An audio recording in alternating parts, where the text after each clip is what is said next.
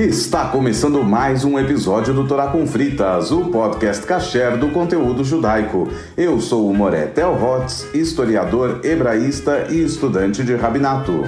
Eu sou Angela Goldstein, orientalista e mergulhadora. E hoje a gente resolveu falar de um assunto delicado quando a gente fala de religião, que são as seitas. E aí, para começar, acho que o mais interessante é a gente dar um contexto do que é uma religião e do que é uma seita. E para dar esse contexto, quem já nos ouve há mais tempo sabe aonde eu fui buscar essas definições. No dicionário OAS da língua portuguesa. E aí, o que se fala da religião, né? Qual é a definição de uma religião? É um culto prestado a uma divindade, uma crença na existência de um ente supremo como causa, fim ou lei universal. É um conjunto de dogmas e práticas próprias de uma confissão religiosa. É a manifestação desse tipo de crença por meio de doutrinas e rituais próprios. É a crença, a devoção, a piedade. É a reverência às coisas sagradas. Num sentido figurativo, é uma consciência escrupulosa, são escrúpulos, ou é uma coisa a qual se vota respeito. Qualquer filiação a um sistema específico de pensamento ou crença que envolva uma posição filosófica, ética, metafísica, etc. E aí a última definição é vida religiosa. Eu achei muito bom. Né?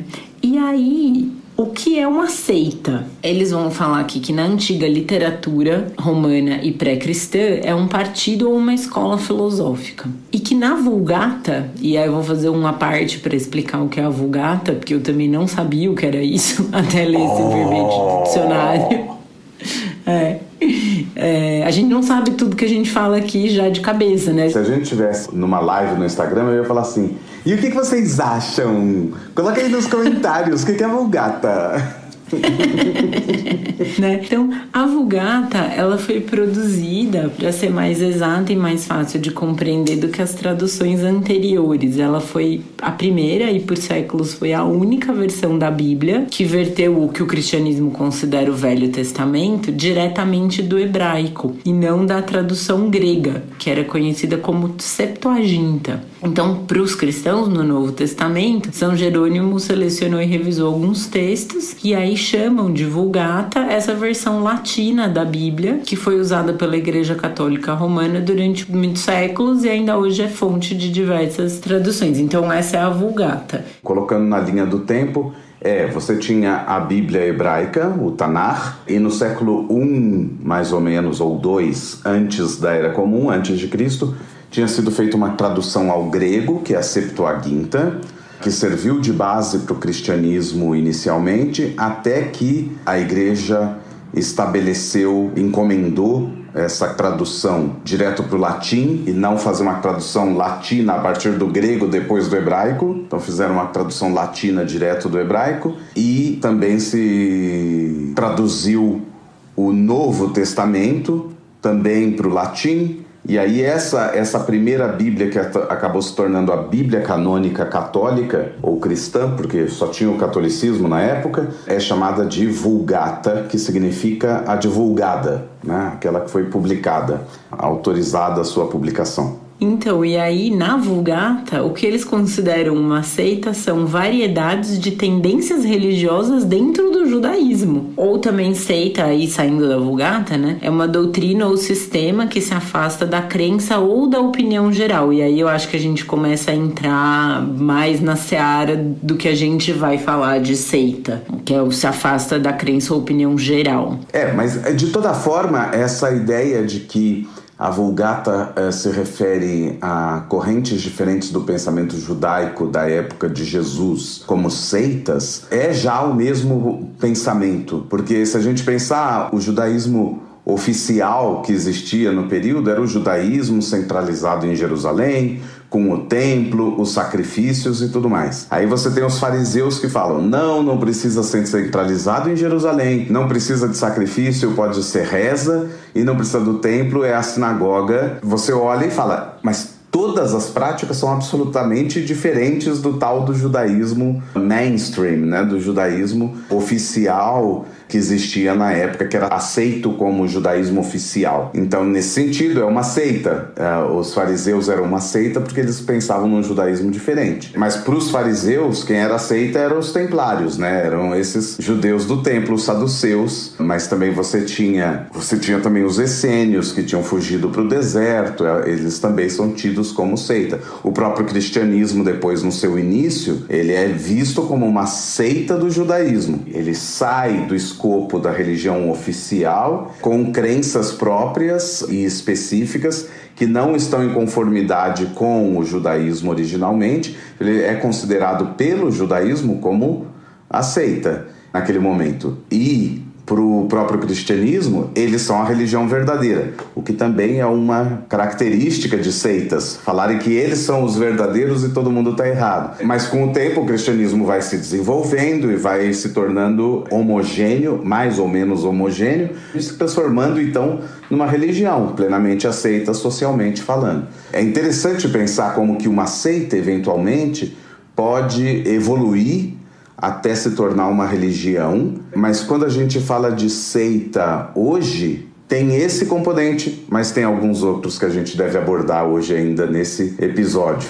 Então, daí vem a continuação da definição, que é o conjunto das pessoas que seguem essa doutrina ou sistema. Está relacionado a um grupo de dissidentes de uma religião ou de uma comunhão principal. Isso é uma característica comum das seitas, né? É um grupo de indivíduos partidários de uma mesma causa. Então, um partido, um bando, uma facção. E aí tem a teoria de um mestre com inúmeros seguidores e sociedades cujos membros se agregam voluntariamente e que se mantém à parte do mundo, então eles se distanciam. E aí tem eu acho que essa é a principal característica da seita que a gente aborda hoje. Quando você tem esse tipo de comportamento, dessa dissidência, que em vez de se tornar uma nova denominação ou uma nova religião, eles simplesmente adotam essa postura de o mundo inteiro é ruim, é pecador, é sujo, é impuro, eu preciso me afastar. E aí existe essa autossegregação que vai acontecer, leis muito rígidas, muitas vezes que vão contra as leis do país onde se está. Então,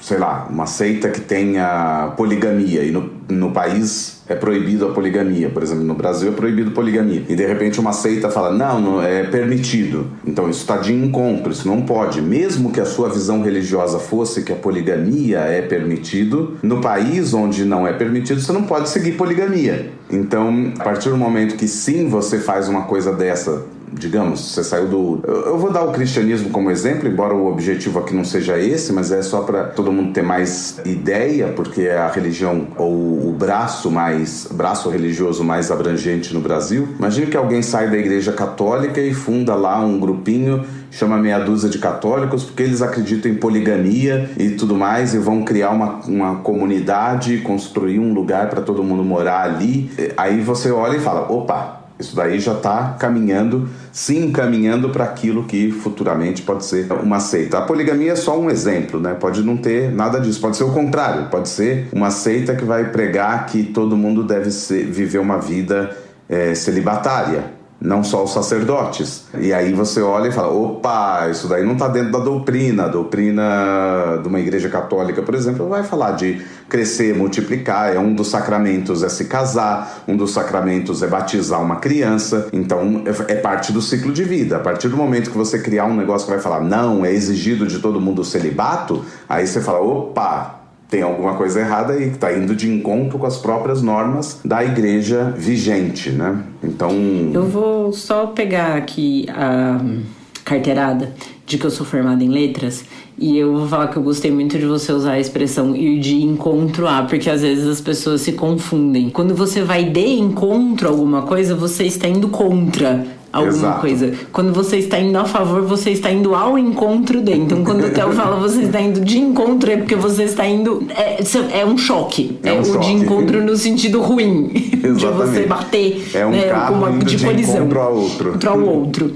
né? E aí, seguindo na minha seara, que é a das letras, né? A gente chega na etimologia da palavra seita. A etimologia é a origem, é de onde vem essa palavra. Então, do latim vem de secta, que é partido, causa, princípio, uma escolha filosófica. E frequentemente está ligado ao verbo sequi, que quer dizer seguir, ir atrás de alguma coisa, ir em companhia de alguma coisa. As pessoas mais antigamente associavam ao verbo latino secare e não ao verbo sequi, que é de cortar, de dividir, de recortar. E aí eu acho que os dois são tão corretos. Os dois fazem sentido, exato. Você segue, você vai, né, atrás de alguma coisa, mas ao mesmo tempo você também corta, você rompe com crenças anteriores para daí formar a seita. E eu acho que a partir dessas definições, então, de dicionário que a gente trouxe agora, né, a gente consegue colocar o judaísmo dentro da caixinha, né, da categoria de religião. E, mas tem as diferentes correntes do judaísmo, não sei o que, isso não vira seita? Então, não, porque as diferentes correntes do judaísmo, elas se comunicam entre si. Esse é o primeiro ponto. Quer dizer, mesmo quando você tem grupos que de repente não aceitam a legitimidade daquela corrente, não se chama de seita. Eu nunca ouvi ninguém se referindo como as outras correntes como seitas, sobretudo porque não existe um rompimento com as práticas tradicionais daquela religião. Pesach é Pesach para todo mundo e é igualzinho, e é Rosh Hashanah, e é Sukkot, e é Shavuot, e assim por diante. Todas as festas são exatamente as mesmas, os conceitos são os mesmos, os textos sagrados são exatamente os mesmos, e o que muda é a forma de se interpretar. E a outra questão é que, em geral, as correntes não ortodoxas do judaísmo são correntes que flexibilizam a interpretação, enquanto, em geral, as seitas, elas têm um movimento contrário, elas vão cada vez mais, isso em todas as religiões, o que a gente vê, o que a gente observa antropologicamente, é que quando uma seita se forma, o líder dessa seita, ele vai aplicar sempre a forma mais restritiva de interpretar, a vida fica mais dura, porque, né, você vira realmente uma prática que qualquer desvio dela pode ser encarado como um grande horror e você pode ser punido por causa disso e assim por diante. E a vida girando só em torno disso, uma sociedade que se policia uns aos outros. Então todas essas características aí estão mais presentes nas seitas. E outra característica é que a seita, em geral, é muito, muito, muito pouco numerosa. Então você sempre fala de indivíduos assim, seitas grandiosas que tiveram no mundo, que fizeram coisas horríveis aí, eram seitas com 800 seguidores, 700 seguidores, 300, 1000 seguidores, nunca muito além disso. E isso também não é o caso no caso das correntes. As correntes liberais do judaísmo são mais numerosas que a ortodoxia. Então a ortodoxia é uma seita? Não, a ortodoxia não é uma seita porque continua sendo exatamente o padrão religioso, os mesmos costumes, crenças e tudo mais. E ele é menos numeroso, mas são milhares e milhares, milhões de pessoas que seguem essa ortodoxia. Então, ok. Não, e eu acho que tem uma coisa que a gente falou, né, que você mencionou antes, assim, que é a questão de que isso vira o centro da vida das pessoas, né? E na ortodoxia, apesar da religião ser uma coisa muito central, eu não vejo isso como sendo uma coisa tão o centro da vida dos outros. Por exemplo, como a gente pode ver isso, por exemplo, no Shtisel, naquela série que a gente já recomendou, tem uma cena que vai ter um eclipse e o pai lá, que era o diretor da escola, que é um super ortodoxo e tal, ele leva um modelo do sistema solar pra explicar para as crianças o que era o eclipse, que não é uma coisa tipo, nossa, que vai vir e vai mudar e não sei o que, o mundo vai acabar. E é um sinal dos tempos. Exato, ele explica com base tipo em ciência o que é que a coisa vai acontecer. Então assim, a religião ela tem um papel importante e central na vida das pessoas, mas ela não é ela guia. Ela guia, em certo modo, a Halahá é entendida como o código de conduta. Então realmente a religião ela abrange muito mais da vida de um judeu ortodoxo e ultra-ortodoxo do que de outros judeus no seu ciclo de vida diário. Em geral, isso também está sujeito a debates, mas não é que a vida é só aquilo. né? Tem outros aspectos da vida. As pessoas trabalham com outras coisas, né? Enfim, elas têm outras questões. Então, e assim, né? Você pode ter um ortodoxo que, sei lá, ele vai ver não com tão bons olhos práticas da galera da corrente liberal, mas assim, ele não vai achar talvez que essa pessoa deixe de ser judeu ou que é menos judeu. Essa é a diferença também, que eu acho que é grande, né? E assim, outras grandes religiões também têm correntes ou vertentes, né, distintas. O cristianismo você tem o catolicismo, que daí já ramifica para o católico romano e o católico ortodoxo. Tem a reforma do islamismo, para citar, né, as duas grandes correntes que eu conheço, né, que são xiitas e sunitas, mas tem lá outras vertentes. Eu lembro em Omã, acho que eles são ibaditas. Então, enfim, são correntes distintas, mas um xiita e um sunita, apesar de, acho que não tô falando besteira nesse ponto, mas assim, um pode discordar de práticas dos outros, mas ele não discorda que é muçulmano. E mesmo o budismo, que ele vai diferir, né, dependendo, ele é mais professado, uma religião mais professada na Ásia. E aí, dentro da Ásia, que é muito grande, isso vai diferir, assim, você vê até pelas imagens, né, por exemplo, na China, que tem os budas mais gordinhos, assim, e risonhos, e na Tailândia, por exemplo, os budas têm uma cara um pouco mais séria e eles são mais esguios. A representação da imagem mesmo, Exato. né? E tem uma mitra diferente sobre a cabeça, tipo, que é estilo tailandês mesmo. Parece uma coroinha de abacaxi, assim.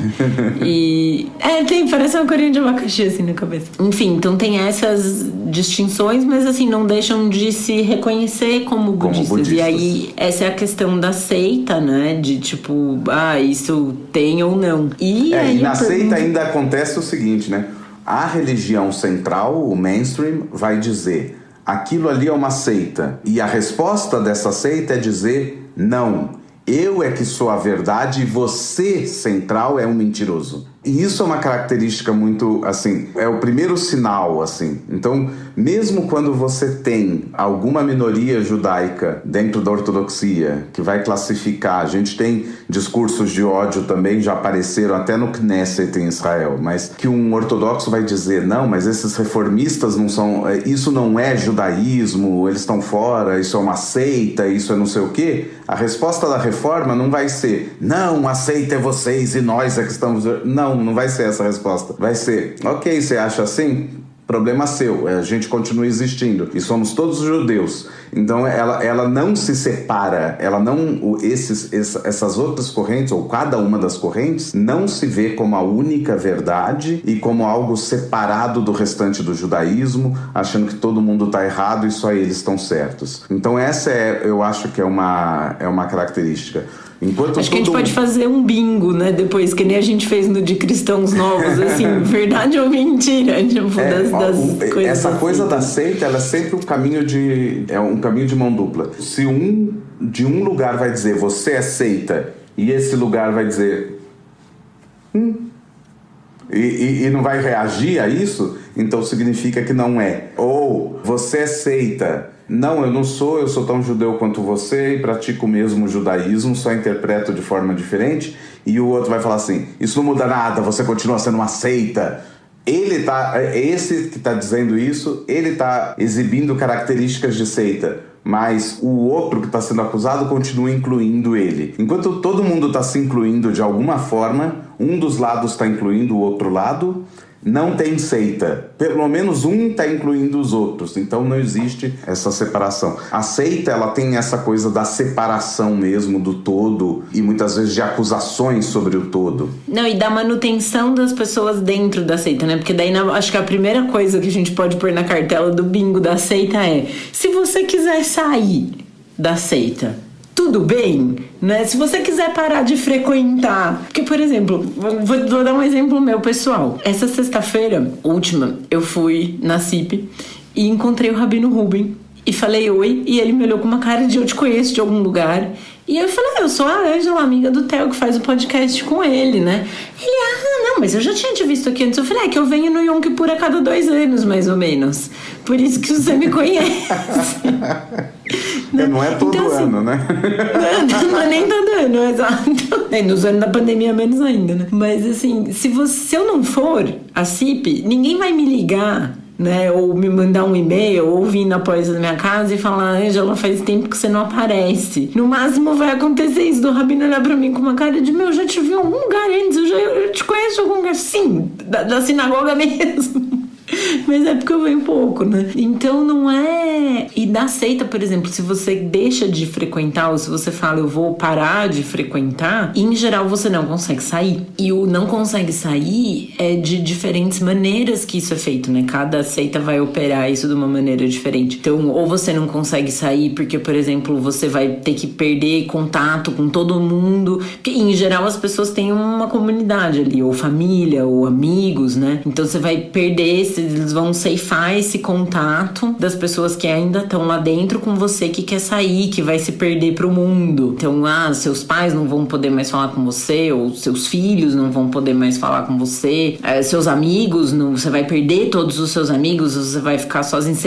Rola uma coisa assim, ou do tipo, sua vida vai dar tudo errado, você vai sair daqui, você vai ver, tudo na sua vida vai dar errado, vai ser ruim, vai, né, te dão uma, entre algumas aspas, uma amaldiçoada, né? Através desse medo, muita gente acaba então desistindo de sair e vai continuar dentro da seita e cada vez mais se fechando a qualquer coisa que seja externa. Não, e aí sim, você fica porque você fala, eu vou perder tudo que eu tenho de rede de apoio, de família, de amigos, eu vou ficar sozinho no mundo, é muito complicado, existe um né? medo, existem práticas que são realmente práticas nocivas. Elas são nocivas do ponto de vista pressões psicológicas e tudo mais.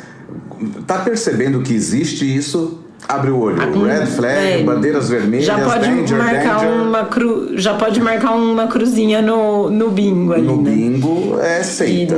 É seita. Ou assim, por exemplo, você, vamos supor, tá nessa seita, mas enfim, você trabalha numa coisa... Porque muitas vezes as pessoas também acabam trabalhando... Tudo da vida gira em torno... Trabalha dentro da seita. Então, sei lá, se a pessoa é advogada, é administradora, não sei o que, né? Vai trabalhar para aquilo. Mas supondo que você, enfim, participe disso, mas você tenha um trabalho fora, que não seja dentro da seita ou para alguém da seita, né? Sei lá, para um dos dirigentes, assim. Você pode ter amigo do trabalho? Se tem um happy hour do trabalho, você pode sair com essas pessoas para confraternizar? Então, se não puder, já marca o segundo xizinho do bingo. Se isso é determinado pelo grupo religioso como, não, isso daí é uma prática mundana, isso daí vai te afastar do real propósito, não sei das quantas, esquece, é seita. É diferente de religiões já estabelecidas que tenham dentro do seu corpo de crenças, já desde o princípio, essa ideia de que é melhor não misturar e não sei o que lá. Então que a prática da pessoa já é essa desde sempre, mas não te proíbe ir trabalhar fora, por exemplo. Não, ou nem te proíba de sair com os amigos, vamos supor, uma religião que não pode beber álcool. Não, tudo bem, mas você pode sair com seus amigos do trabalho pro happy hour e aí, em vez de tomar uma cerveja, você toma outra coisa. Bom, e coisas assim. Agora, o que eu queria trazer aqui é um outro elemento da seita, que muitas vezes as práticas restritivas, elas não estão lá desde sempre. Quando uma prática está lá desde sempre, a religião, sei lá, tem 1.300 anos, e essa prática está lá desde sempre, é a prática da religião. E é aceita por todo o corpo religioso, ok. Agora, era uma religião que há 10 anos permitia não sei o quê e hoje não permite mais. Abre o olho. E qual é a explicação que estão dando para isso, né? E não só isso, religiões não mudam da noite para o dia todo um corpo de práticas num período curto de tempo. Muitas vezes, quando você tem religiões novas, você tem religiões, por exemplo, que têm 50 anos de idade, 60 anos de idade, e de repente, no começo da religião, tudo quanto era outra religião era o erro, era horrível, era do capeta, era não sei o quê, só a gente que estava certo. Aí, de repente, 10 anos depois, tem elementos da Umbanda e espada de São Jorge, corrente de não sei o quê, que está fazendo parte dessa prática.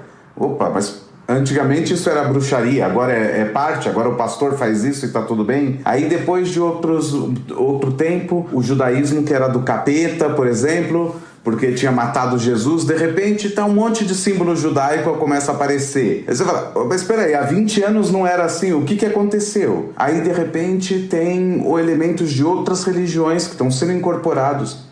Isso é estranho.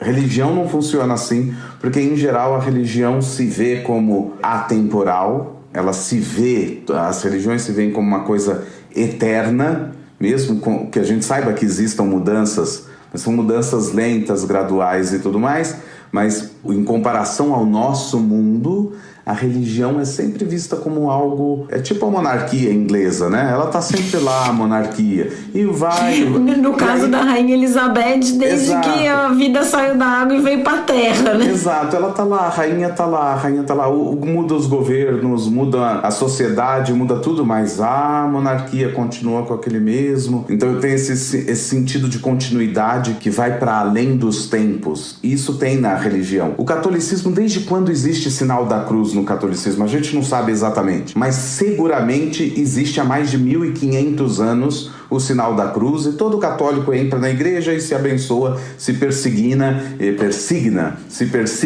fazendo o sinal da cruz e tudo mais. Ok, ele faz isso, mas não é que amanhã não tem mais isso. Amanhã tá proibido fazer isso. Aí daqui a 10 anos... Não, o cristão tem que se ajoelhar só sobre o joelho esquerdo, aí depois dar 2 pulinhos com o pé direito quando entrar na igreja e fazer uma reverência com a cabeça. Agora é assim que entra na igreja. Aí depois de 10 anos a prática é outra, o cara tem que entrar de joelho na igreja. Você olha isso e fala assim, mas quem tá mandando tudo isso mudar?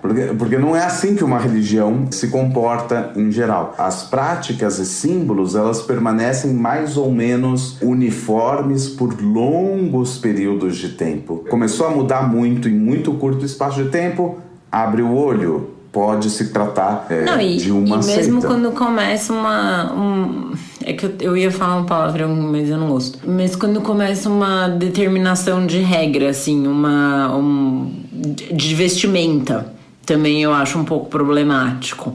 Tem que arrumar o cabelo não sei de que jeito, tem que usar a roupa, tem que ser não sei como. E aí de vocês novo, podem códigos pensar... de vestimenta, eu acho que isso é importante. Códigos de vestimenta e tudo mais podem existir numa religião, mas aí desde sempre ela tá lá. Se desde sempre tá lá, ok, é código dessa prática religiosa. Agora, se uma religião que você tava não ligava do jeito que você vestia há 20 anos atrás, mas há 5 anos atrás começou a falar que tênis era coisa do capeta, tinha que usar um sapato. Há 2 anos atrás começou a falar que calça jeans era proibido, tinha que ser uma calça social. Aí hoje o pastor começa a falar que você tem que cortar o cabelo estilo reco e não pode deixar o cabelo comprido demais. Você olha e fala, opa, de onde tá vindo esse tipo quando vem essa ditando, né, regras, assim. Porque eu acho que, por exemplo, pensar no sentido de... quando você vai a um templo religioso, você usa uma roupa um pouco mais discreta. É que nos judaísmo a gente fala de modéstia, né? Mas é que no português eu acho estranho, porque não faz sentido essa palavra modéstia. Mas assim, uma roupa mais recatada, digamos. Faz sentido, porque você tá indo ali pro momento mais de introspecção e de não necessariamente pensar em, tipo, vou ficar bem gata pra ir na sinagoga, né? Por exemplo, quando eu fui pra Israel em 2012, há 10 anos, portanto, eu fui em agosto e estava um calor absurdo. E eu tava sempre com camiseta sem manga. E a gente foi a uma sinagoga um dia e eu já tinha levado um chale, assim, uma echarpe pra cobrir os ombros, porque mostrar o ombro em geral é uma coisa que não é vista com bons olhos. E aí eu levei esse chale, ele ficou um pouco caído, assim, eu tava vestida. Nossa, o senhorzinho que cuidava da sinagoga ali me deu um passafã. Cobre suas costas, Elsa! Cobre suas costas! E eu não tava nem entendendo direito o que ele tava falando. Fui pegar meio no susto, assim, daí eu entendi, eu já vou fazer. E, por exemplo, na Tailândia, os tailandeses, eles são muito preocupados com isso. Os tailandeses, eles não gostam de andar descobertos, assim, então não gostam de mostrar ombro, usa sempre, então, manga ou roupa mais compridinha, assim, do joelho pra baixo. Dificilmente você vai ver os tailandeses vestidos com roupa muito curta ou mostrando muito do corpo, né? E aí nos templos budistas é um não, assim, não, o código de vestimenta você tem que ir com calça ou saia, enfim, né, da sua escolha, pra baixo do joelho e camiseta cobrindo os ombros. Pode mostrar cotovelo, assim, não precisa ser tão comprida a manga, mas o ombro precisa estar coberto. E aí a maioria dos templos, eles têm ou um sarongzinho, que é tipo uma saia que você enrola, assim, em você, pra alugar, e camiseta pra comprar. E é muito comum você ver os turistas que chegam, né? Porque a Tailândia é muito quente. Você vê os turistas que chegam pra visitar os templos, em geral, estão todos de manga, sem manga, né? Blusa de alça, assim, tanto as mulheres quanto os homens de regata e tal, e short, porque muito quente. É muito quente. E aí eles, você já, tipo, na entrada, assim, já tem ali o lugarzinho, sabe? De você alugar a saia ou comprar a camiseta, porque não vai entrar, sei lá, meio vindo da praia, assim. Não vai entrar no templo. Eu fui uma vez. E o sul da Tailândia é predominantemente muçulmano. Não é budista. E eu tenho uma anedota pessoal, que eu sou brasileira. Quando eu vou a lugares com água, eu vou de biquíni, comprado no Brasil. E aí a gente foi uma vez com 2 amigos israelenses e um deles é casado com uma japonesa. Então a gente tava um grupo super multicultural ali. E nós fomos numas termas em Krabi, no sul da Tailândia. E como que eu fui pras termas? Eu peguei uma roupa que eu usava lá pro trabalho, que era um shortinho de lycra, o meu biquíni e uma camiseta. Que eu, obviamente, ia tirar tudo na hora que eu chegasse nas termas. Foi as tailandesas muçulmanas, elas estavam de véu, inclusive. Nas termas.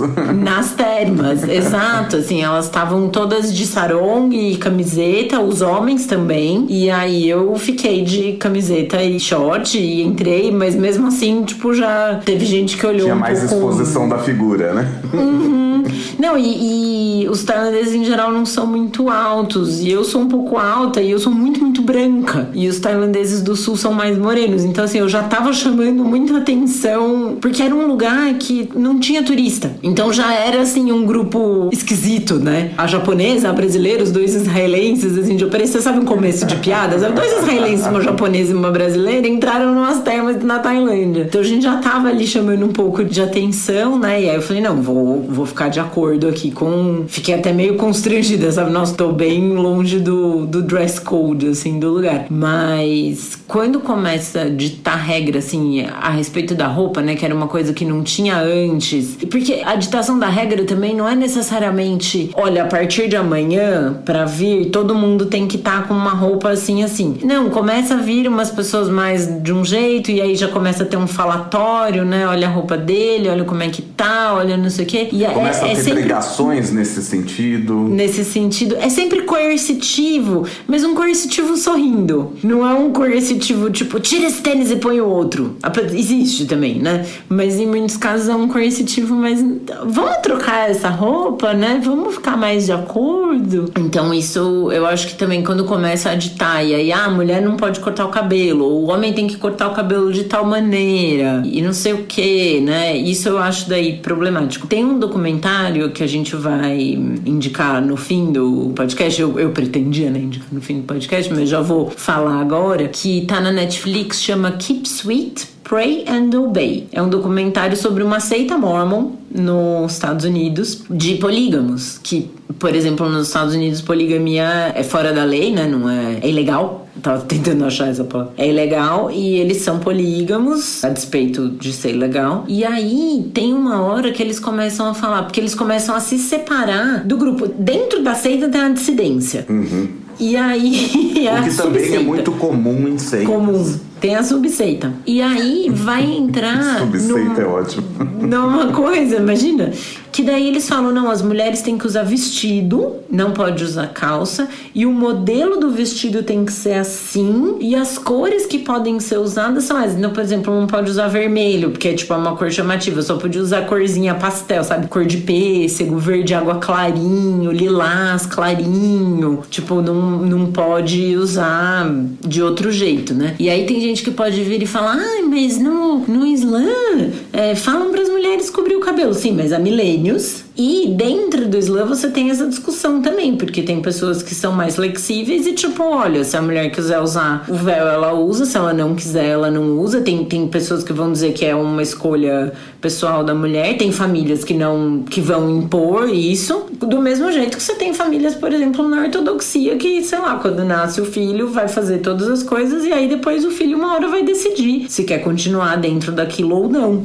De novo entra nessa coisa. O problema não é a regra restritiva, e aqui eu não tô defendendo que existam regras restritivas, mas eu não posso fechar os olhos pro fato de que toda religião tem suas regras e algumas delas podem ser percebidas como restritivas aqui e ali. Alguém pode achar que a kashrut tem todo um significado espiritual e outros podem achar que a kashrut é restritiva. Não posso comer isso, não posso comer aquilo, não posso comer aquilo. Ai, como que não come cheeseburger, mas né? A questão é, o que acontece se um judeu comer o cheeseburger? Não acontece nada, objetivamente falando. Ninguém dentro da comunidade vai dar um passa fora em você, vai falar, agora você está excomungado e não sei o quê. Não. A pessoa, ela não come kasher, mas ela frequenta uma determinada sinagoga. E assim, a gente às vezes fala ortodoxia, não ortodoxia, o que também é um pouco fluido. Numa sinagoga ortodoxa, não necessariamente todo mundo que reza na sinagoga é ortodoxo. Tem que lembrar disso também, coisa que às vezes as pessoas não entendem muito bem. Nem todo mundo é ortodoxo. A sinagoga do meu bairro, eu vou lá. O rabino é ortodoxo, o Hazan é ortodoxo. Tem várias famílias ortodoxas, mas eu não. E eu vou com a minha roupa, e o rabino sabe que eu não como kasher, que eu fui dirigindo e parei o carro um pouco longe, só para não chegar de carro na sinagoga. Eu cheguei a pé, mas todo mundo sabe que eu vim de carro, de repente, né, se é esse o caso. E eu vou lá e tudo bem. O rabino vai me chamar a Torá do mesmo jeito e assim por diante. Claro que vai ter um interesse do rabino de me aproximar para a prática dele. Isso é fato. Mas em nenhum momento eles vão te dizer, você não é bem-vindo aqui, sai daqui, você é uma má influência para nossa comunidade.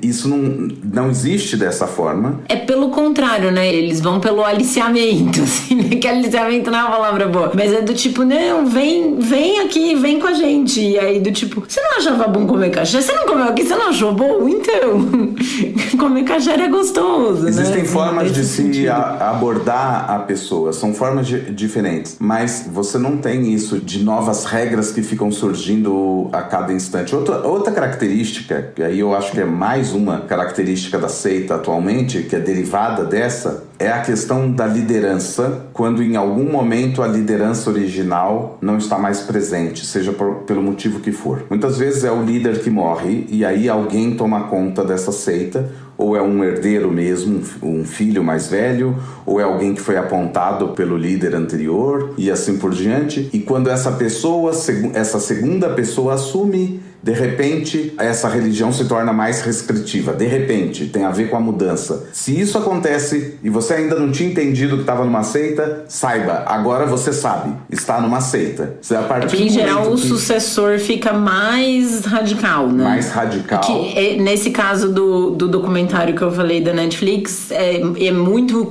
muito nítido.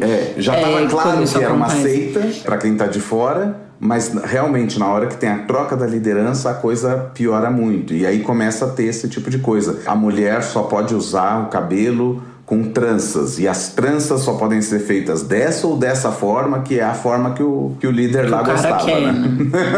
É bizarro, é uma doideira. Mas assim, falando de tudo isso, né, a gente tava falando que a ortodoxia reconhece o movimento reformista e acolhe, e dá pra ter intercâmbio, né, pode ter amigo ortodoxo, pode ter amigo não ortodoxo, e tudo bem, né, assim, mas existe seita dentro do judaísmo, né? Eu acho que deve ter gente se fazendo essa pergunta enquanto porque nos ouve. Porque do jeito que a gente tá falando, dá a impressão que não tem. Ai, nossa, só tem unicórnios e fadas e algodão doce. O judaísmo é perfeitão, esse cristal sem defeitos, velho. A resposta é que, infelizmente, sim, existe. Existem seitas. Infelizmente, sim, existe. E com todas essas características que a gente menciona, de ter, assim, um líder. E curiosamente, né, em geral, é homem. Em geral, o líder é homem. São raros os casos que você vê de... E tem uma aura messiânica. Uma aura que essa pessoa, ela foi... Nossa, é o enviado de Deus, né? Especialmente iluminada por Deus. E essa pessoa... Teve revelações. Ele é em vida reverenciado como um representante de Deus na Terra. E o que a pessoa fala, você não pode se desviar. E se desviar, você tá fora. E não pode questionar, né? Nem desviar também. Exatamente. Você não pode nem questionar. Tipo, não, mas tem certeza que a trança é desse jeito mesmo que é pra fazer? Aí já tá complicado. Exatamente. Então... Né? Mas, enfim, e a seita que existe, a gente vai falar o nome? Pode falar, né? Tem no YouTube. Pode, que é muito bem documentado como seita, inclusive. Se chama Lev Tahor, que Lev é coração e Tahor é puro, né? Isso, coração puro. Já começa com o nome...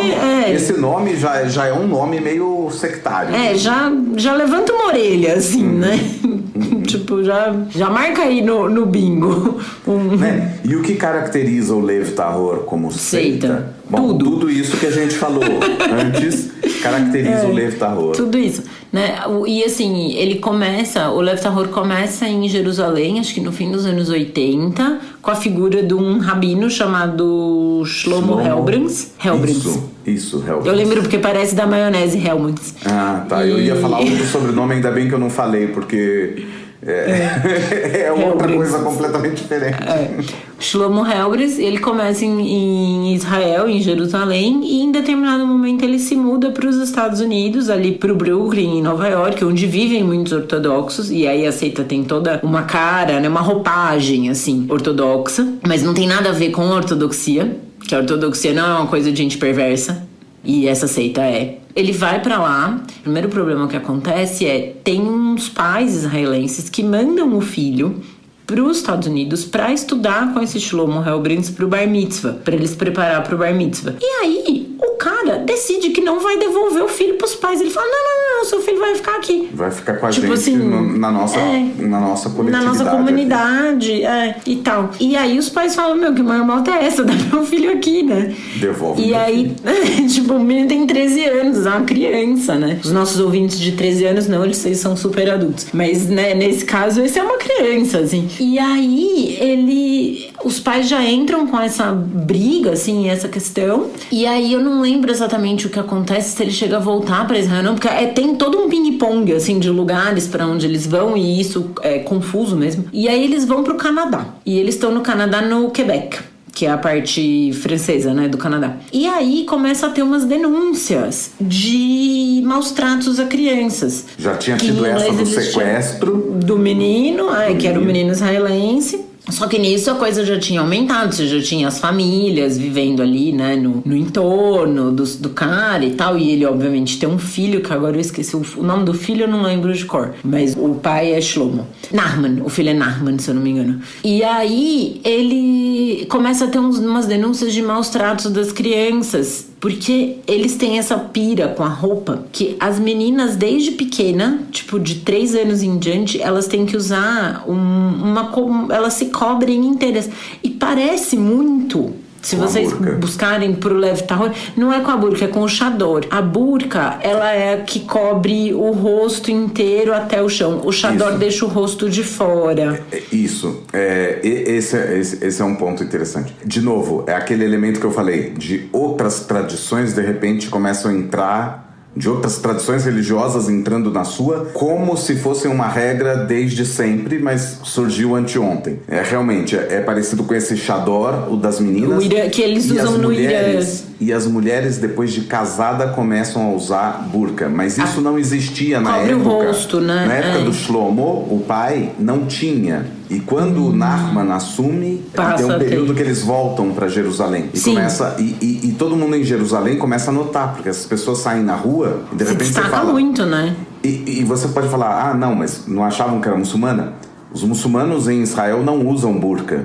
Não tem burca em Israel. Então, de repente, começou a aparecer mulheres de burca e pro susto de todo mundo, pro susto dos judeus e dos muçulmanos de Jerusalém, eram judias. E aquilo começou a chamar muita atenção. Quem são essas pessoas? Então, e as mulheres, elas usam isso, inclusive, pra dormir. Elas não tiram. E aí começou a dar problema de pele. Porque seu corpo precisa respirar, né? E aí começou a dar problema de pele, tipo de micose. E as crianças começaram a ter isso no pé. Tinha um fungo preto no pé das crianças. E aí começam essas denúncias de maus tratos. E aí você vai vendo outras denúncias de maus tratos, assim, das crianças. Isso vai vai escalando também, né? Vai se intensificando. E aí eles saem do... Porque daí no Canadá começa o governo a investigar, né? Tipo, o que tá acontecendo? Eles... vai lá o conselho tutelar, né? Juizado de menor, não sei o quê. Eles vão ver e aí eles fogem do Quebec para um outro lugar do Canadá. E aí, por fim, eu acho que daí eles vão para Israel. E aí, por fim, eles vão para Guatemala. Para onde na Guatemala que eles vão? Para um lugar que é tipo no meio de uma floresta, assim. Tem o depoimento do menino e ele vai contando, ele fala, não, tipo, derrubaram as florestas, tipo, as árvores e não sei o quê. E você vai vendo as condições que as pessoas viviam, era uma coisa surreal. Era tipo umas barracas, assim, e não era uma barraca que você fala, vivi em barracas, você tá preconceituosa, por que não pode viver em barraca? Não, era tipo umas barracas, assim, de uma estrutura de madeira coberta de lona. Imagina Guatemala, um calor horrível, que deve fazer um forno aquilo, né? E quem vivia melhor, que eram os dirigentes lá do Leftaror, eles viviam nos containers, assim, tipo container de navio mesmo. E é uma coisa muito precária, assim, sem condição de higiene. Não, e aí aconteceu que justamente onde eles foram morar, nessa área de floresta e tal, era também uma área meio de reserva indígena, assim, da Guatemala. Eles começam a converter, né? E aí eles começam a querer converter os indígenas. E aí alguns eles até convertem. Dirigentes indígenas começam a se colocar contra eles e denunciam junto ao governo que esse povo aí não é bem-vindo, porque eles estão invadindo as nossas terras, estão convertendo as nossas crianças e tudo mais. Ou seja, é uma nova colonização que está acontecendo. E aí o governo da Guatemala abre o olho e começa a investigar. Na hora que começa a investigar, aí eles passam fora, vão embora. Essa é outra característica, que é um pouco diferente nos Estados Unidos, porque nos Estados Unidos é levado toda a questão da liberdade religiosa, liberdade de culto ao último extremo. Então, muitas vezes, uma seita se forma e o governo não faz nada. Não faz nada não é porque não liga para as pessoas sendo cooptadas para seitas, mas não faz nada porque é a escolha da pessoa, existe liberdade religiosa, eu não posso... Então, precisa ensinar na escola também o que ela acredita, né? Daí ficou ensinando criacionismo. Isso, aí muitas vezes o que acontece nos Estados Unidos é que só quando alguma coisa muito grave acontece, ou quando alguém escapa da seita, precisa ter um número relativamente expressivo e começa a fazer as mesmas denúncias, aí começa-se alguma investigação. Nos Estados Unidos, então, por causa disso, é muito comum que eles criem essas cidades específicas ou vilas específicas. A mesma coisa se repete. Lá atrás, nos anos 70, foi o Jim Jones, com a seita dele, onde ele construiu também toda uma cidade. Aliás, a cidade, na verdade, ele constrói no Suriname, porque ele já tinha escapado dos Estados Unidos porque estavam sendo investigados. Eles começam na Califórnia e depois vão parar no Suriname. E em outros países, que não são como nos Estados Unidos, essas investigações começam mais rápido. Então, uma das características da seita é ela se mudar de lugares. Tem um nomadismo, né? No Brasil, especificamente, e aqui eu acho que é onde cabe o maior cuidado, o Brasil é um país muito sincrético. Então você não vê quando surge uma seita que as pessoas ficam saindo de lugar para lugar. As pessoas simplesmente começam a absorver elementos de outras e tudo bem. E às vezes elementos da própria seita, na outra religião, e migram porque as pessoas frequentam várias religiões no Brasil, isso acontece. Então às vezes seitas passam desapercebidas como pequenas igrejas, denominações diferentes, mas não necessariamente são denominações, que não atingem um número grande.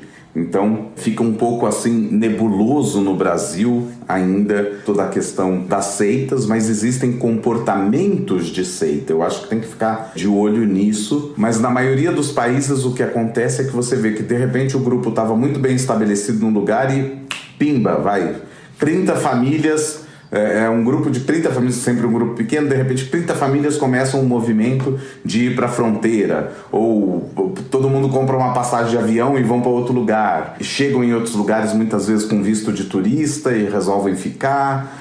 Então, eles estão agora, o Lev Tahor, pela última notícia que eu vi, eles estão ali no que há muitos anos era a Iugoslávia, eu não sei, acho que Bósnia e Macedônia. Eles estão ali. E eles entraram com visto região. De turista, e aí algumas pessoas começaram a reclamar, porque daí hoje em dia também é mais fácil você ter acesso a essas informações, né? Por causa da internet você consegue achar as reportagens e tal, coisa que há, sei lá, 20, 30 anos a notícia se espalhava mais devagar, né? Que daí a população local viu e falou, não quero essa gente aqui, não sei o quê. E daí as autoridades, não, mas eles estão de boa, eles estão com grupo de visto de turista, nem vão ficar, tipo, acho que o visto permite 3 meses de permanência, né? Não sei o que, tá de boa, né? E aí a população já tava tipo, não, vamos correr com essa galera daqui que eles são tudo doidos, assim. E desde 2018 eles apresentaram uma requisição ao consulado iraniano pedindo asilo político, né? Asilo político, alegando que eles são perseguidos pelo governo do Canadá e pelo governo dos Estados Unidos pelas suas práticas religiosas e tudo mais.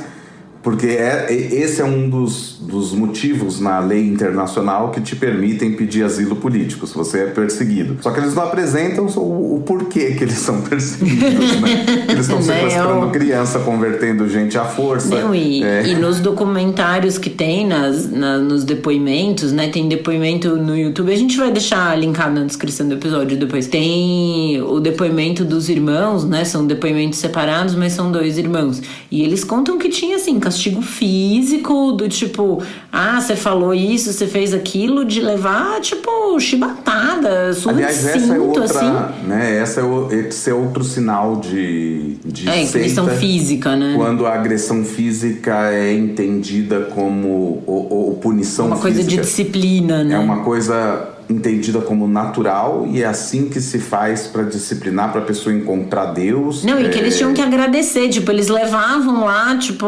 as varadas, chibatada, e daí, tipo, tinham que chegar pro rabino e falar, não, muito obrigado, tipo, que você e às vezes essas punições são aplicadas pelos pais com o aval desse rabino dos rabinos do Lev Tahor, e às vezes é aplicada pelos próprios rabinos. Né? Com a conivência dos Com a pais. conivência dos pais. E aí tem outra denúncia muito grave contra os rabinos. Agora eu não vou lembrar se era do Shlomo Helbrans ou do filho do Narman Helbrans, mas denúncias de abuso sexual. Tanto de menores quanto de maiores, tanto mulheres quanto homens. Né? E isso é sempre uma característica também, assim. Outra característica que aparece no Lev Tahor e aparece em muitas seitas que a gente vê documentado nos Estados Unidos é a questão do casamento de menores de idade com pessoas muito mais velhas. Em geral meninas, né? Meninas menores de idade, 12, que se 13 casam anos, com um cara com o dobro da idade delas. Casando assim. Com gente de 30 anos, de 40 anos às vezes, e assim por diante. As meninas casando com os caras bem mais velhos. E sem que tenha tido algum tipo de escolha. Não que eu esteja aqui dizendo que se teve escolha tá tudo bem, porque eu não acho que tá tudo bem. Ninguém tá em posição de escolher aos 13 anos se vai casar com um cara de 40. E que claramente aí tem uma questão de poder. O mais velho é visto como mais poderoso, obviamente. E dentro dessa sociedade, eles são mais poderosos mesmo. E que pros pais, às vezes, é uma honra também, né? Tipo assim, sua filha vai casar com fulano, olha que bênção, olha, tipo, você vai subir de status na comunidade, né? Tem uma questão disso também. E não existe uma escolha por parte do menor, e esse menor, ele simplesmente tem que entrar nesse casamento porque foi assim que foi dito. É tipo como se tivesse uma palavra divina. Aqui, a cara do tal do líder, como se ele fosse um veículo da expressão divina. Aí ele fala, fulano vai casar com fulano e pronto, todo mundo aceita. E teve uma revelação, né? Teve uma revelação e é assim que vai ser. Isso é muito grave. Acho que com isso a gente pode partir para as indicações de filme, que eu já ia começar a falar, não, porque nesse filme dá pra ver não sei o quê. Não, é verdade. Todo o assunto do Lev Tahor tá documentado e, sobretudo, muito bem documentado recentemente. A internet possibilitou isso, né? Esses meninos o Mendy Levi e o irmão dele. O Mendy escapou primeiro da série, da seita. Ele escapa primeiro da seita e depois o irmão dele consegue sair também. O Mendy acaba fazendo ele mesmo um documentário sobre o assunto. Eu acho que esse é outro sinal, né, de seita. Quando você precisa escapar, né? Quando você precisa escapar, que você não tem de madrugada, saída. Fugir, você não tem pra onde ir, né? Quando os líderes estão falando para você não ler jornal, para você não assistir TV, porque todos eles são mentirosos, estão querendo botar coisa na sua cabeça. Aliás, cabe aqui dizer que o comportamento de seita e a estrutura de seita não existe só em religião, tá? Então, quando um líder fica falando para os seus seguidores, não leiam jornais, não assistam TV, tudo isso é mentira, só eu sei a verdade, a minha verdade só é transmitida numa determinada live semanalmente que eu faço, e tudo mais. E tem uma coisa muito messiânica, né? Uma coisa muito messiânica, que eu sou o Salvador e nós somos todos perseguidos aqui pelo Estado, nós somos perseguidos pelo Supremo Tribunal e pela polícia e por não sei quem, não sei o que lá. É seita, pode não ser religiosa, mas é uma seita política, é uma seita qualquer que seja, mas os elementos estão todos presentes ali. E quando esses elementos estão presentes, fuja, escape, corra para as montanhas, porque você está numa seita. Agora, o que acontece também, que esse é o problema. Se você está ouvindo isso e falar, não é uma seita, então, amigo, é muito provável que você já esteja nessa seita. Fora isso, de corpo e alma, a pessoa que está numa seita e ouve pela primeira, segunda, terceira, quarta vez de pessoas de fora ou de alguma forma chega alguma informação para ela dizendo que ela está numa seita, a primeira reação é não aceitar, não acreditar. Por quê? Porque muitas vezes já nasceram ou tiveram uma formação tão forte nesse sentido que não conseguem acreditar que exista alguma outra verdade fora das verdades que estão dentro da seita. E o mais perigoso, seja na seita política ou na seita religiosa, é que, da mesma forma que a gente falou da troca de gerações, né, quando o primeiro líder morre, muitas vezes o primeiro líder já ficou tempo suficiente para ter gente nascendo dentro da seita. E aí é onde ela se torna mais forte. Porque o primeiro momento da seita é sempre uma seita relativamente pequena. Ele tem sempre o potencial de dar errado, né? Porque você tem que cooptar pessoas, né? E muitas vezes você consegue cooptar, mas você consegue cooptar que número? E em algum momento começa a ter gente tendo filhos dentro da seita, e aí esses filhos já são educados desde sempre assim, e eles não conhecem outra coisa. Essa é a geração que vai se tornar mais fervorosa, porque ela não consegue ter qualquer outra noção de que outras coisas existem. E para elas tudo isso é natural. Aí na terceira geração, quando começa a ter as maiores restrições de novo, quando de repente a seita começa a mudar muito as práticas e cada vez ela vai ficando mais e mais rigorosa, essa turma já está tendo os seus filhos, essa turma que estava mais fervorosa já está tendo os seus filhos. E vão ver com bons olhos, porque olha só, no meu tempo fazíamos assim, mas eu acho que ainda é melhor para você se a gente fizer dessa outra forma. Então é uma coisa sem fim. Realmente as pessoas que acabam enxergando que estão num lugar estranho são poucas pessoas, porque você cresceu dentro disso, então você não consegue enxergar. Então a pessoa que realmente consegue enxergar, ela tem que receber todo o apoio quando ela sai, porque ela não sabe nem viver numa outra sociedade, mas ela conseguiu enxergar que tinha algo de errado. E esse também é o caminho de muitas seitas, né? Elas não duram mais que 3 gerações, 3, 4 gerações, e elas desaparecem ou se transformam em outra coisa. Essa do líder mormon lá, quando ele foi pra cadeia, no final das contas, as pessoas continuavam indo até a cadeia para ir lá na janela para ouvir os ensinamentos dele. Ele continuava mandando na seita de dentro da prisão, né? E essas pessoas continuavam entendendo que ele estava preso apenas pela perseguição de Satanás, entendeu? Satanás aí preconizado pelo Estado americano, no caso. Perseguindo o coitadinho, né? Coitado do nosso líder. E essas regras continuaram sendo aplicadas dentro da seita e continuam, né? Então as investigações ficam ali e tal, mas você não tem muito o que fazer.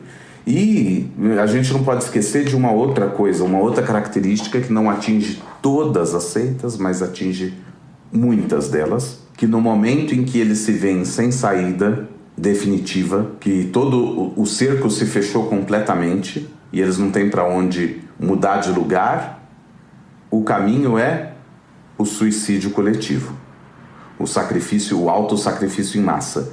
Isso já aconteceu com inúmeras seitas. Aconteceu lá no Jim Jones, que a gente falou antes, mas no Suriname, né?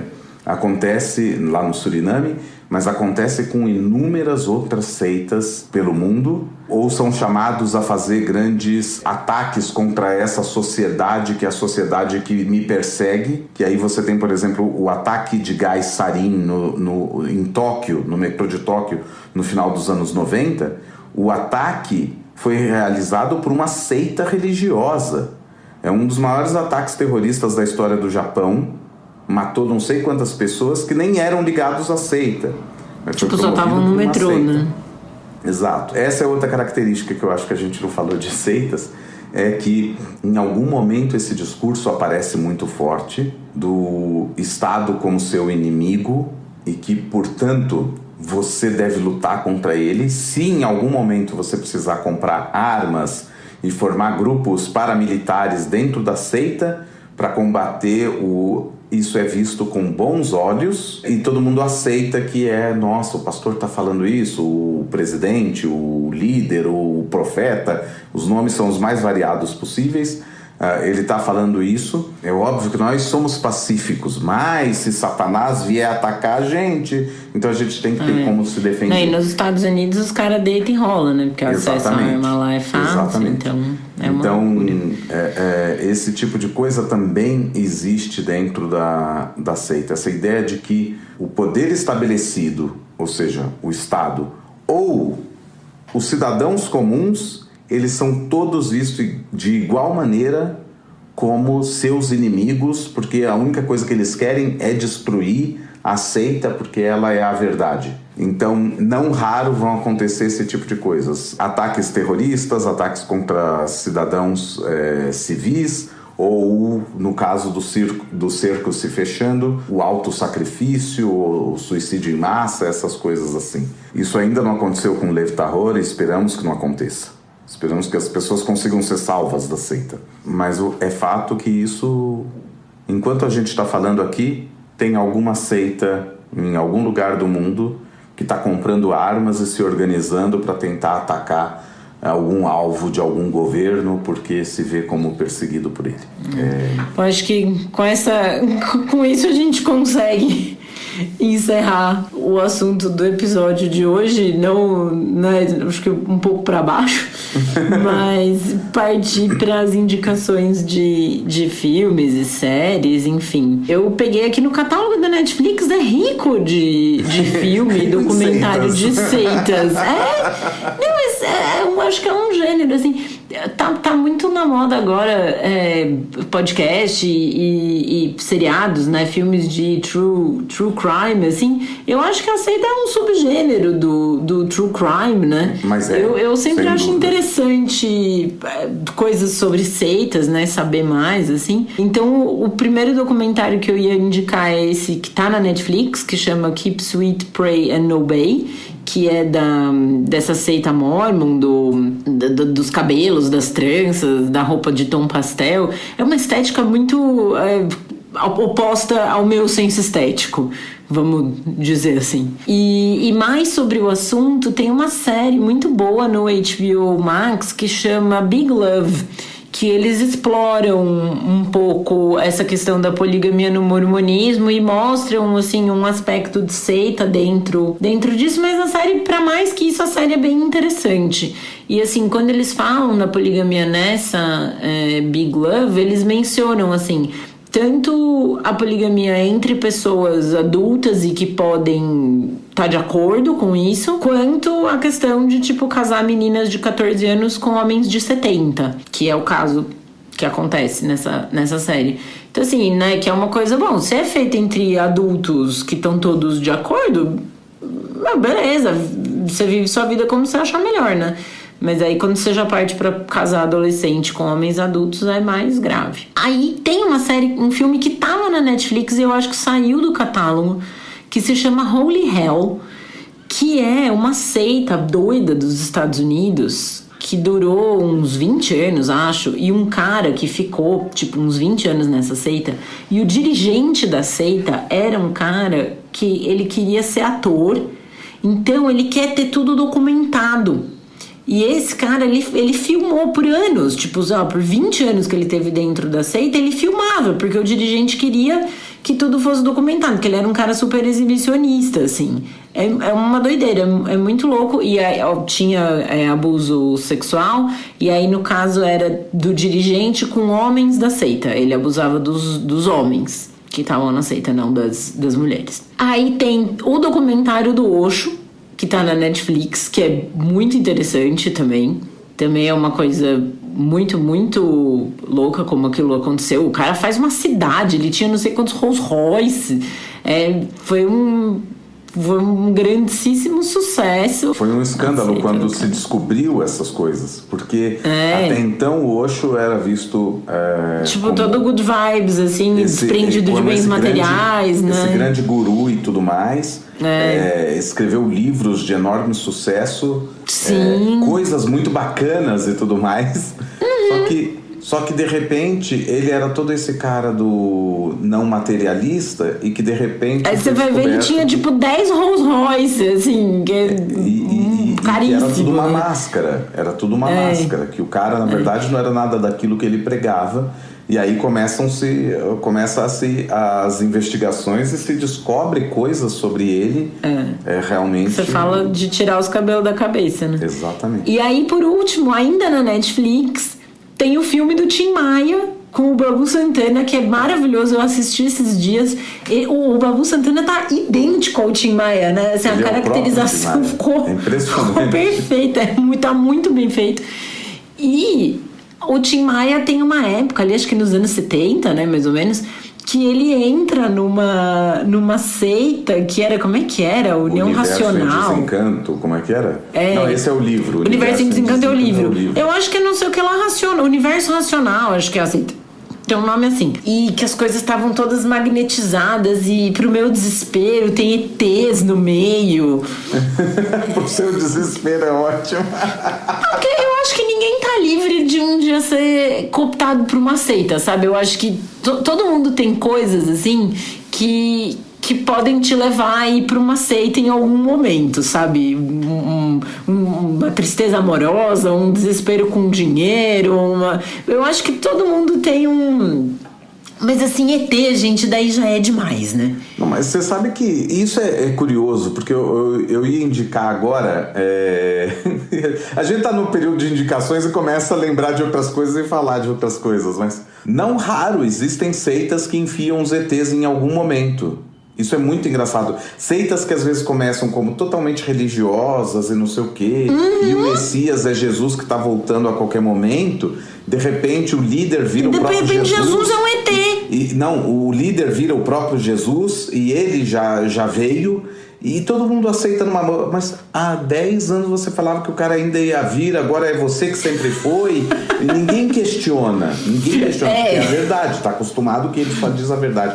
E em algum momento, não, mas esse Jesus é um ET que tomou o meu corpo e vai vir uma grande nave e abduzir todo mundo. Parece idiota, mas teve também um caso de suicídio coletivo nos anos 90 nos Estados Unidos, numa seita que foi essa. E as pessoas se reuniram não uma ou duas vezes, mas 3 vezes para a grande abdução apocalíptica por parte dos ETs, que não aconteceu. E na 3ª vez a polícia estava de olho e cercou o lugar e eles se mataram, todos eles. Assim, então não precisa ser desde sempre a crença nos ETs está desde sempre na seita, não precisa. Assim como a gente falou que vários elementos vão sendo acoplados, em algum momento pode aparecer numa seita que nunca falou de ETs, pode aparecer de repente, começar a aparecer crença em reptiliano, crença em não sei o que, grande abdução apocalíptica, pode aparecer zumbi, eu nunca vi, mas nada. Olha, e o Tim Maia, ele fica doidão na coisa da seita, louco, né? E ele faz acho que 2 ou 3 discos, tipo, só falando. E são músicas ótimas. São músicas muito boas. Bom, na verdade o Dimar não tem música ruim, né? Todas as músicas dele são muito boas. Mas esses discos, eles são bons. E ele faz. E aí quando ele saiu da seita, que ele falou, meu Deus, onde eu tava com a cabeça, né? Ele tenta recolher esses álbuns. E não consegue. Tanto é que não consegue, assim, ele consegue com algum sucesso, né? Mas sempre existiu. Mas hoje em dia tem hoje em dia os 3 estão no Spotify, pra quem quiser ouvir. Mas depois de uma grande luta, né? Que tudo. E são bons, assim, tipo, são não bons. Foca na mensagem do ET, mas a música é excelente. Cultura Racional, o nome Cultura Racional, isso mesmo. Racional. E falando em ETs e abdução, eu vou deixar então indicado aqui o episódio do Vida de Jornalista, quando o Rodrigo conta que aqui no Brasil ia vir para Casimiro de Abreu, que é uma cidade no litoral do estado do Rio de Janeiro. É o número 11 da série Memórias, chama Casimiro e o Disco Voador.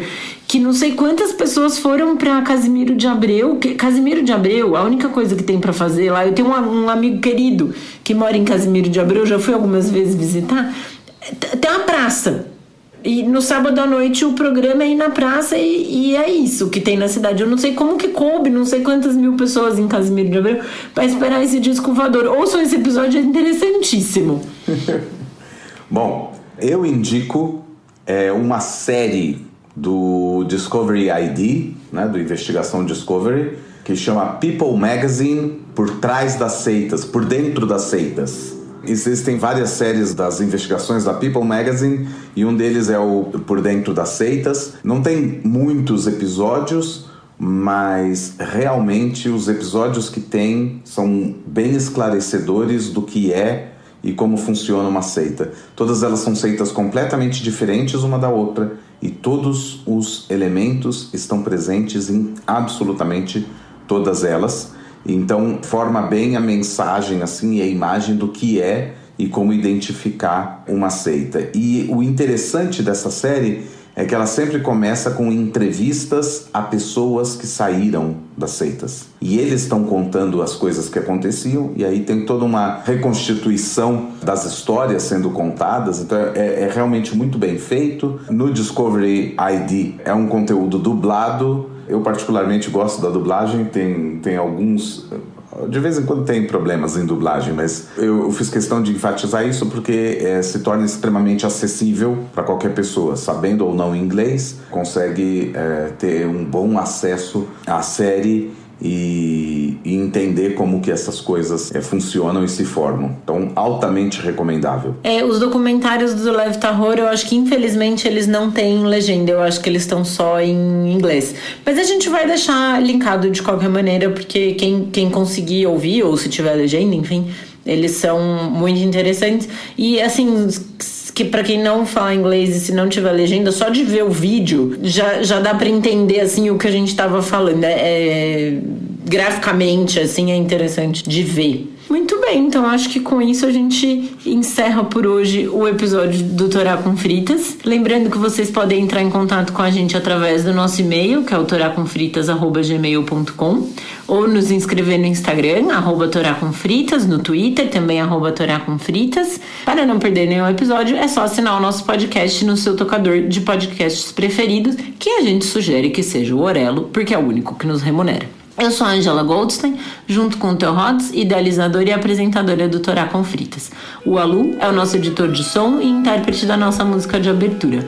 Para entrar em contato com ele, é só procurar no Instagram pelo @aludesempre ou aluprodu. E a nossa identidade visual é da Maia Batalha. Muito obrigada a todo mundo que ficou com a gente até agora. Muito obrigado e até a próxima, a não ser que a grande nave nos abduza. Pelo amor de Deus!